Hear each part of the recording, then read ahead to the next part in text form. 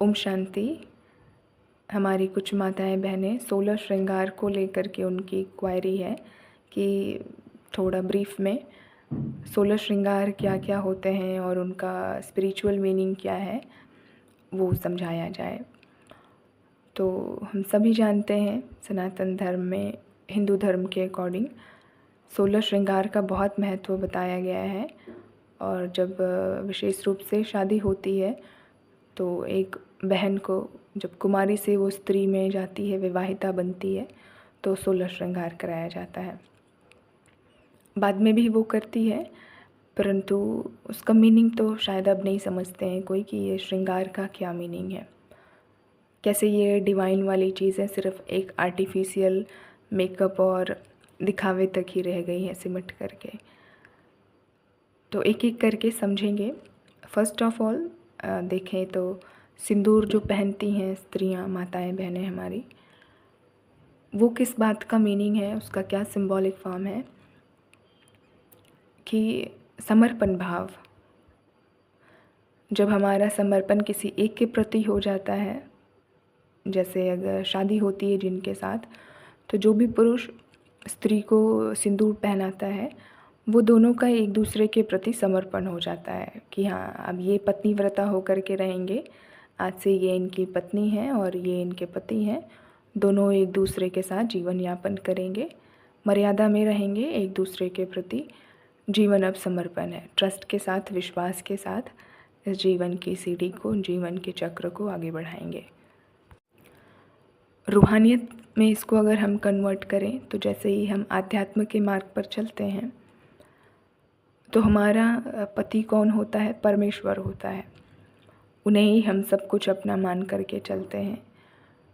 तो परमेश्वर की जो भी आज्ञा है, सबसे पहला तो समर्पण भाव यहाँ आता है कि भगवान के लिए हम संपूर्ण समर्पित हैं और जो भी उनकी आज्ञा है वो हम सिर माथे लगा करके चलेंगे। तो ये जो भाव आया कि भगवान पिता परमात्मा या परमेश्वर, पति परमेश्वर, दुनिया में तो किसी भी इंसान को पति को परमेश्वर कहते हैं, लेकिन वो भले ही उसके लायक होते नहीं हैं, परंतु अध्यात्म में जब हम चलते हैं तो परमेश्वर हमारे पति होते हैं और उनकी हर एक आज्ञा को हम सिर माथे लगा करके चलते हैं। तो उसको लौकिक दुनिया में क्या दे दिया? सिंदूर पहनाने का एक नियम बना दिया गया है। अब माताएं बहनें नियम को बस फॉलो करती रहती हैं, लेकिन उसका मीनिंग नहीं समझती हैं कि किस भाव से कहा गया है। ऑल्दो हम सभी सिंदूर तो नहीं पहनते हैं, जो ज्ञानी आत्माएं होती हैं, आध्यात्म में को फॉलो करती हैं, तो ज़रूरी नहीं है कि सिंदूर पहनेंगे ही, लेकिन भगवान के प्रति समर्पण रखना ज़रूरी है। दूसरा श्रृंगार होता है भ्रिकुटी के मध्य बिंदी लगाते हैं। ये इम्पॉर्टेंट है, बहुत ज़रूरी वाला होता है। बिंदी लगाने का तात्पर्य है कि मैं आत्मा हूँ, ये भान हमें हो जाए, स्मृतिवान हम हो जाएं, क्योंकि आत्मा भ्रिकुटी के बीचों बीच विराजमान है, बैठी हुई है। तो जितनी बार हमारी स्मृति भ्रिकुटी के मध्य जाएगी, बिंदी जब लगाती हैं माताएं बहनें, तो बार बार ये स्मृति दिलाया जाता है कि आप एक आत्मा हो, अपने आप को ज्योति बिंदु आत्मा समझो। आत्मा भी बिंदी होती है, तो उसी का प्रतीक है बिंदी लगाना। लेकिन आजकल तो बहुत चमकदार और कलरफुल बिंदी लगा लेती हैं माताएं बहनें, परंतु मैं आत्मा हूँ, मैं बिंदी स्वरूप आत्मा हूँ, मैं ज्योति स्वरूप आत्मा हूँ, ये बहुत भूल गए हैं सभी के सभी।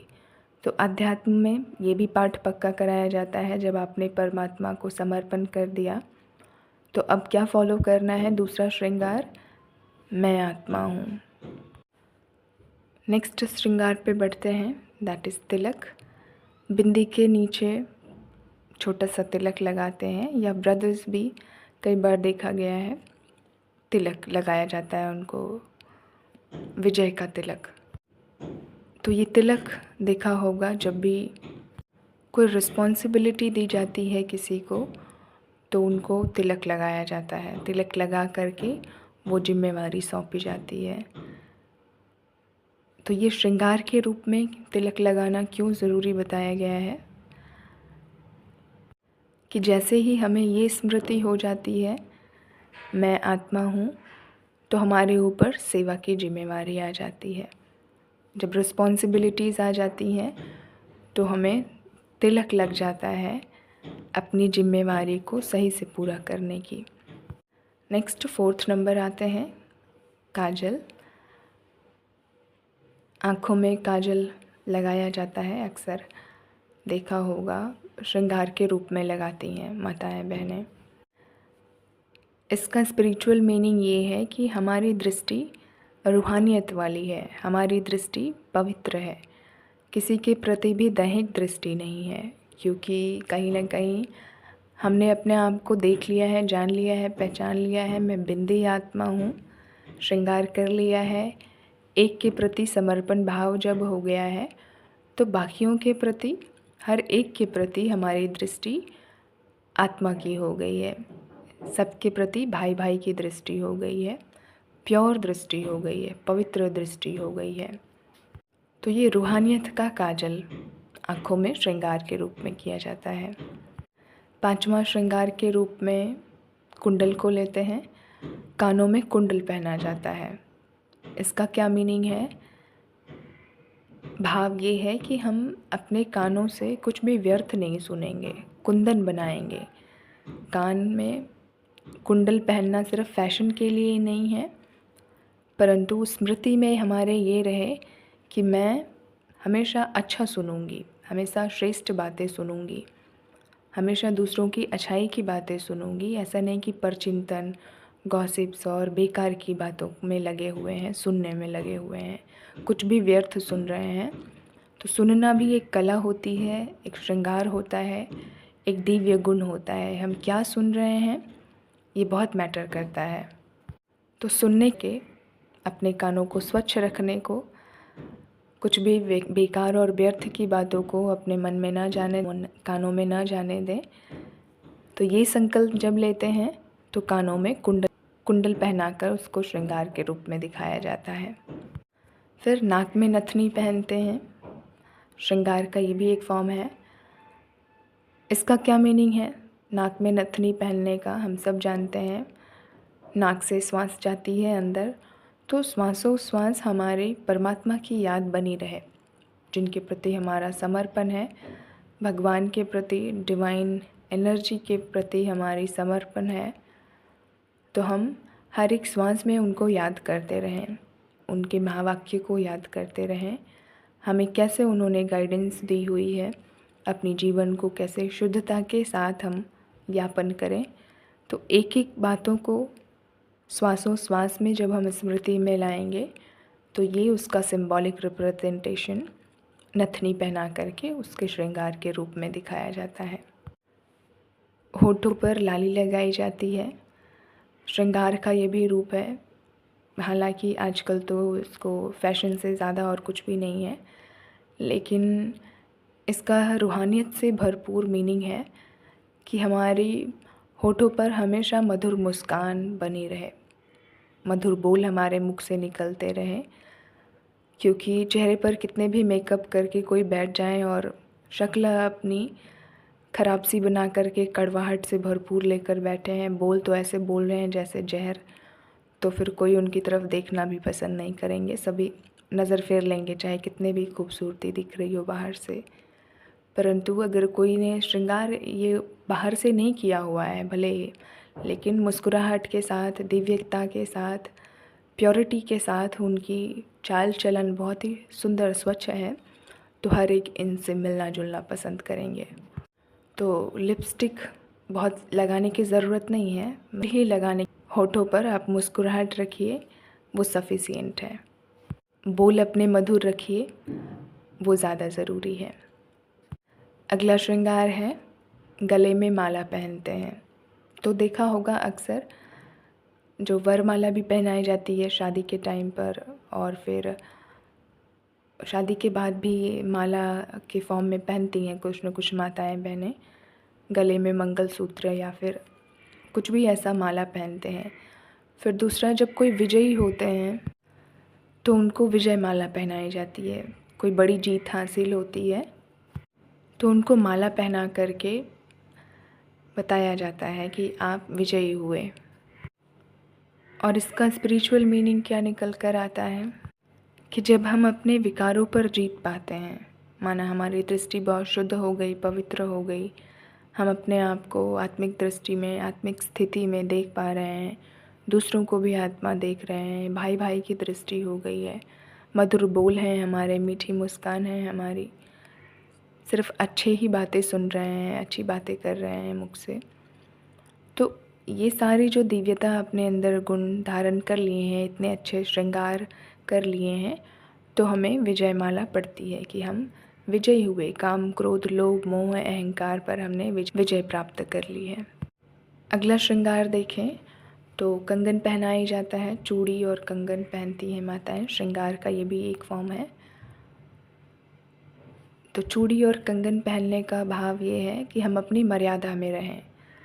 हम सभी जानते हैं हर एक की कुछ न कुछ मर्यादाएं होती हैं जीवन में, और उन मर्यादाओं को फॉलो करना बहुत ज़रूरी होता है। अगर मर्यादा की लकीर को क्रॉस करते हैं तो पनिशमेंट भी उसकी ज़बरदस्त मिलती है। जैसे सीता को मिली, लक्ष्मण लकीर खींच कर जाते हैं मर्यादा की कि इस लकीर के बाहर नहीं आना, तो सीता माता जैसे ही मर्यादा की लकीर क्रॉस करती है, रावण उठा करके ले जाता है। वैसे ही हमारे जीवन में मर्यादाएं होती हैं जिन्हें फॉलो करना, जिन मर्यादाओं के अंदर रहना ज़रूरी होता है। वी ऑल नो दैट कि बंधन तोड़ना अच्छी बात है, लेकिन मर्यादा तोड़ना अच्छी बात नहीं है। उदाहरण की रीति से ऐसे समझ सकते हैं कि किसी को घर में बहुत टॉर्चर हो रहा है, कोई बहन है, स्त्री है, जैसे दहेज के लिए भी कईयों को मार दिया जाता था पहले, अभी भी होता है कई जगहों पर, तो उनको बंधन क्रिएट किया जाता था। अब तो वो बहन क्या करेगी, ये समझ कर के वो सहती रहे कि मेरी तो मर्यादा हो गई है कि मैं जिनके साथ शादी हुई है भले ही वो मारे पीटे कूटे जला दे, मैं तो यहीं पे रहूँगी। या फिर वो ये करे कि इस बंधन को तोड़ करके बाहर निकले।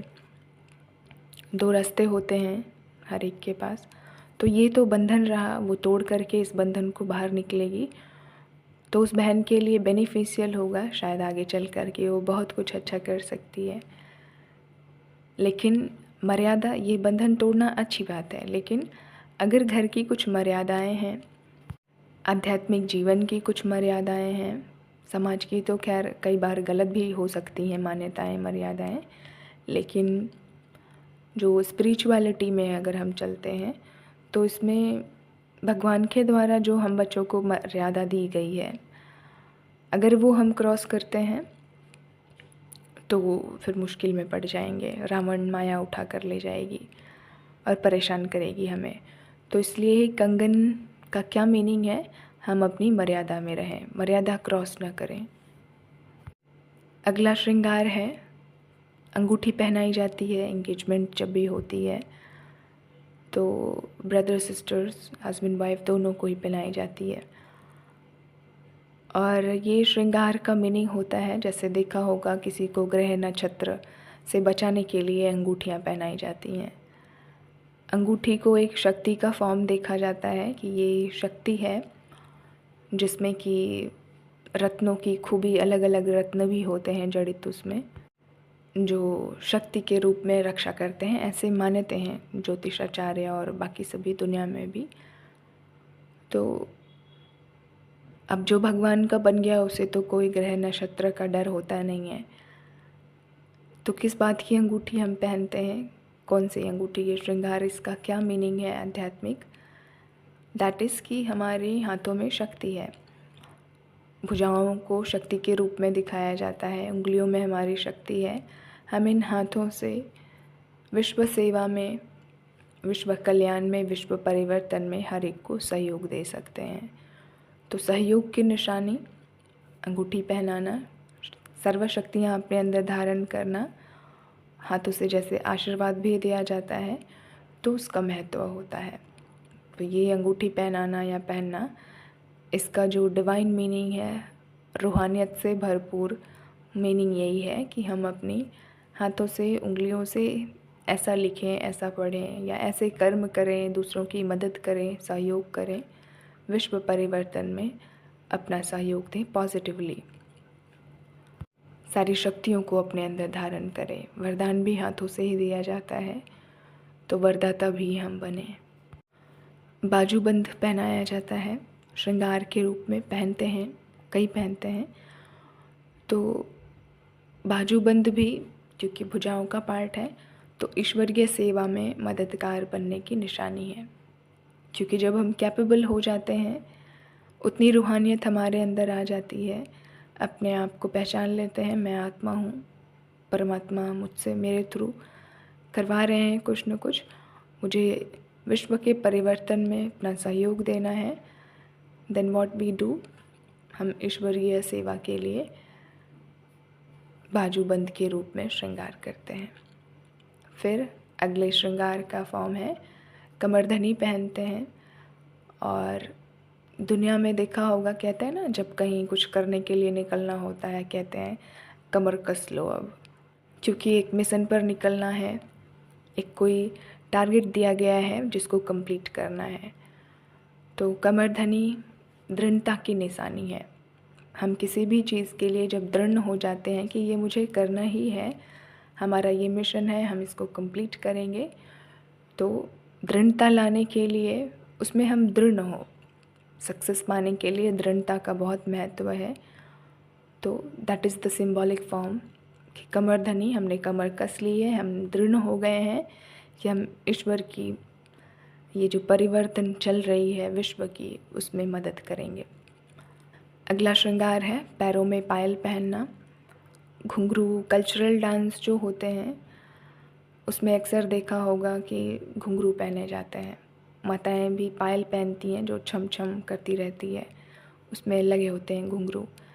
तो खुशी में सदा खुशी की डांस करते रहने का मीनिंग यही है कि हम ऑलवेज़ हैप्पी मूड में रहें, पैरों में पायल पहन के छम छम डांस करते रहें।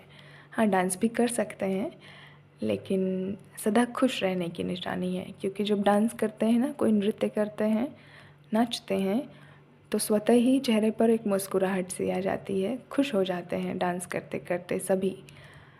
तो खुशी की निशानी है, पैरों में पायल घुंघरू पहनकर हम खुशी की छम छम हमेशा करते रहें। तो ये श्रृंगार, इसका रूहानियत का मतलब ये है, भले ही आप पायल नहीं भी पहन रहे हैं तब भी हमेशा खुशी में नाचते रहें, खुश रहें। नेक्स्ट इज़ 15 नंबर, बिछुए पहनते हैं पैर की उंगलियों में, जैसे हाथों की उंगलियों में अंगूठी पहनी जाती है। तो बिछुए का मतलब है कि हम भगवान की कदम पर कदम रख कर चलें। जैसे 7 फेरे लिए जाते हैं तो स्त्री पीछे पीछे चलती है, वो कदम पे कदम रखते हुए कुछ वचन दिलाए जाते हैं। और फिर कुछ ऐसे वचन होते हैं जो स्त्री आगे चलती है, पुरुष भाई पीछे पीछे कदम पे कदम रख के चलते हैं। दोनों की कुछ ऐसी एग्रीमेंट होती है वचनों के थ्रू। तो बिछुए क्या होते हैं, उसका रूहानियत से स्पिरिचुअल वाला मीनिंग है कि हम भगवान के बन गए ना, तो उनकी श्रीमत ही हमारे लिए कदम है, और उनके कदम पर कदम रख कर के चलना, ये हमारे जीवन का लक्ष्य है। क्योंकि सबसे श्रेष्ठ, सर्वश्रेष्ठ कदम तो भगवान के ही होंगे और किसी के हो नहीं सकते हैं। इसलिए ही दिस इज़ वेरी इम्पॉर्टेंट कि हम परमात्मा कदम पर कदम रख कर चलें। अगला लास्ट है श्रृंगार, वस्त्र चेंज करना। जब भी कोई फंक्शन या बिग ओकेजन होता है, या स्पेशली जब शादी होती है, तो वस्त्र ऐसे चेंज कर दिए जाते हैं पूरी तरह से। बहुत ही अच्छे ब्रांडेड और रॉयल कपड़े पहनाए जाते हैं, हर एक ही पहनते हैं उस टाइम पर।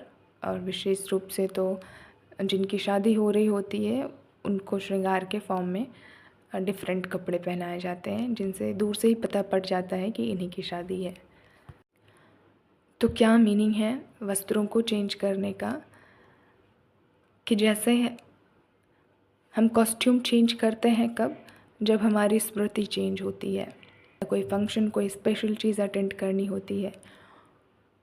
तो जैसे ही हम रूहानियत में आते हैं, अध्यात्म के मार्ग पर चलते हैं, उसमें हमारी देह भान वाली कॉस्ट्यूम हमने जो पहन रखी है, मैं फ़लाना, तो ये देह भान का कॉस्ट्यूम चेंज करके हम फरिश्तों वाली कॉस्ट्यूम, सूक्ष्म कॉस्ट्यूम पहनते हैं। मैं आत्मा हूँ, मैं फरिश्ता हूँ, मैं ही कौन बन रहा हूँ, मैं ही क्या था। ये स्मृति जब हमारी चेंज हो जाती है, वैसे ही मैं स्त्री हूँ या फिर मैं पुरुष हूँ, मैं डॉक्टर हूँ, इंजीनियर हूँ या जो भी हूँ, ये जो शारीरिक देह भान होता है ये चेंज हो जाता है कि मैं एक आत्मा हूँ, मैं सूक्ष्म शरीरधारी हूँ, मैं फरिश्ता हूँ, मैं डिवाइन लाइट का मैंने कपड़ा पहना हुआ है।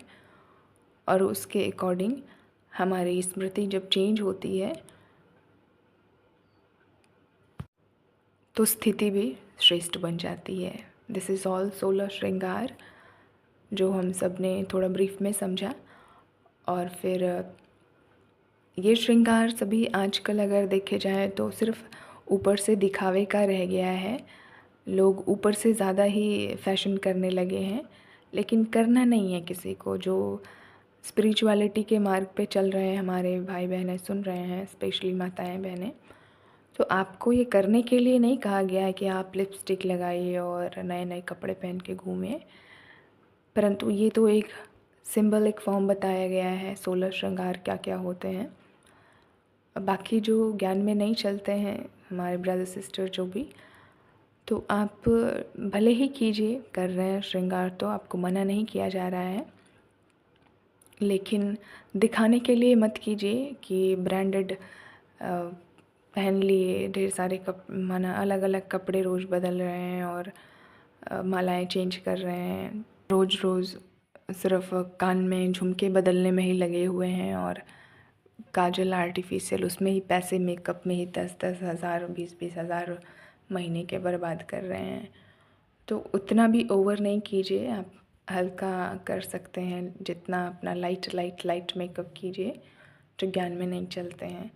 बाकी जो ज्ञानी हैं, जिनका जीवन लक्ष्य ही है भगवान के कदम पर कदम रख के चलने का, तो फिर उनको तो इन सब चीज़ों में कोई इंटरेस्ट आएगा ही नहीं। स्वतः ही वो मेकअप और जो आर्टिफिशियल मेकअप है उससे दूर ही रहेंगे और डिवाइन मेकअप करेंगे। तो ये रूहानियत से भरा श्रृंगार सभी आज कीजिएगा और फिर अपने जीवन में परिवर्तन जो आएगा वो तो कर ही रहे हैं। ओम शांति। Thank you so much.